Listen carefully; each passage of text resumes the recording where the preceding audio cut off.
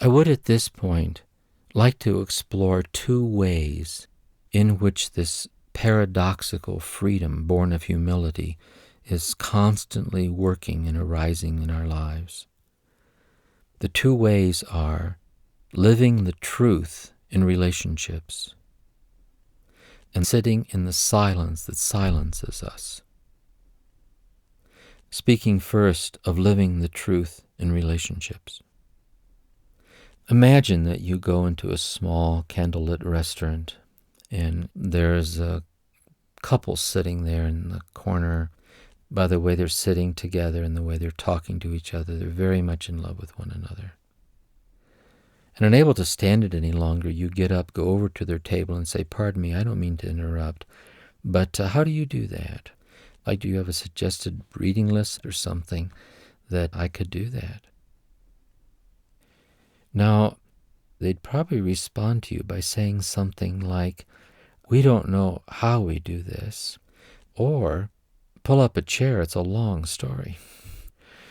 Two people, whether it be a man and wife, lovers, two friends, who have gone very deeply together into intimacy, have not gone deeply into intimacy because each was so consistently faithful to the intimacy.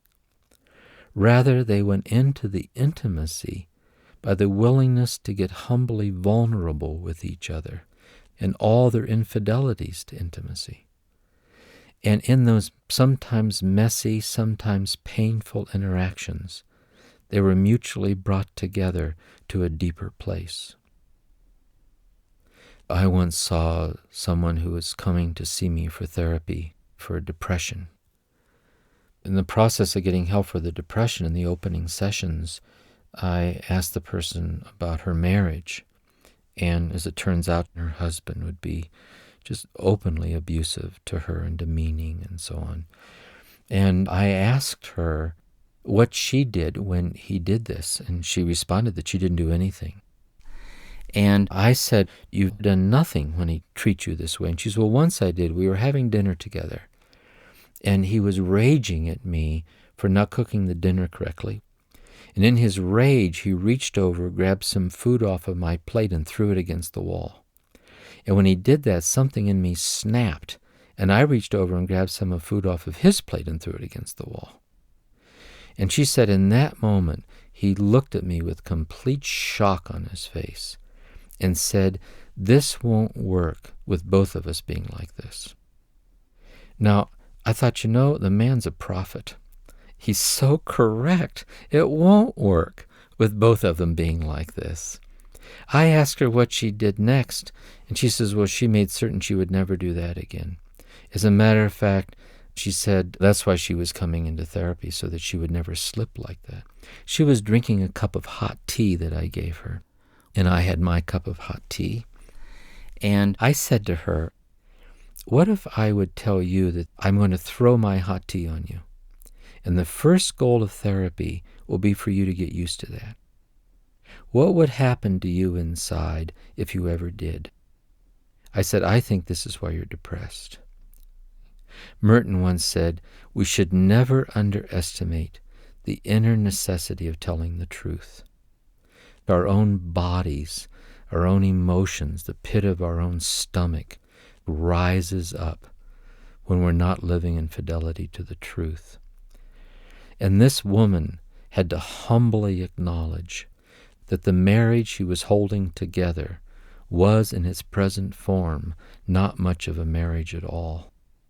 But in the willingness to humbly look at that and to humbly walk through all that had to be walked through in coming to terms with that, there was the possibility for her of a true liberation. It isn't as if it will all work out the way we think it needs to. Rather, it is realizing that when we're real in relationships, the truth takes care of us, and we are led in unexpected ways to unexpected places. This is why we can say there is no shortage of spiritual directors in our life. For our spiritual directors are the people we live with. They place upon us unbearable burdens. They give us unexplainable gifts. They grind us like wheat.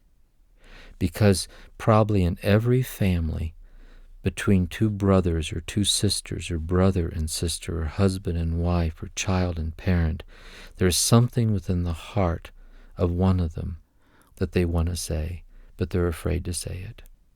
They're afraid to say it because they're afraid of what would happen if they did. But the price tag for the unexpressed truth is high. It's pretending together that something's not happening that really is happening.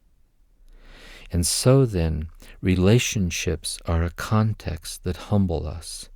They humble the ego's need to hold on to the imagined patterns of security that it thinks it must maintain in order for things to turn out the way it thinks they need to turn out. That is, if you risk saying what is so hard to risk saying, there is no way to know in advance how that will turn out. And by the way, and I think this is an important point here, it would actually be a form of violence to oneself and to another, just to go blurting out what needs to be said. The person needs to think through exactly when they're going to say this, how they're going to say it. They will be honest with the other person, but not demeaning, not attacking. It's a subtle art form of being humbled in the truth of relations, in which there is a moment in which you know that if you do not say what you need to say, you will die inside if you don't say it. And so you say it. And the moment is a moment of humility. It's the dying of an imagined security. It's the birth of a new freedom that arises only out of that risking. I'd like to share another image of how humility manifests itself in relationships in a way that transforms our hearts and opens us up to a more contemplative awareness and appreciation of our lives. And the second example I want to give is taken from monastic life. In the Benedictine tradition that Thomas Merton belonged to, there is an emphasis on community life. And the community life is a life lived out in Christ-like love for one another, in the shared poverty of each other's brokenness, which is what makes community life at times so interesting. The example that I want to give here was shared by Father Matthew Kelty, one of the monks at Gethsemani. It's important to add here that at least when I was at Gethsemani, there was no television, no radio, no newspapers, and no magazines. There was no contact with the outside world for all practical purposes. What was available were theological and philosophical journals in the monastic library. And so this was about 1964 or so. This monk gave a sermon in which he said that he was reading in one of the theological journals in the library a poem written by someone named Bob Dylan. And he said, I don't know who Bob Dylan is, but it's a pretty good poem. He said the name of the poem is Desolation Row.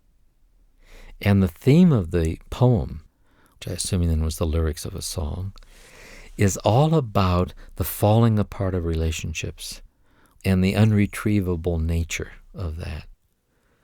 And this monk used that image of that poem by Bob Dylan to share his experience of living in the monastery. And so he said, I'm having a hard time living in this monastery, and I'm standing there every day in choir, looking across the aisle at why life is so difficult for me here, which is all of you people.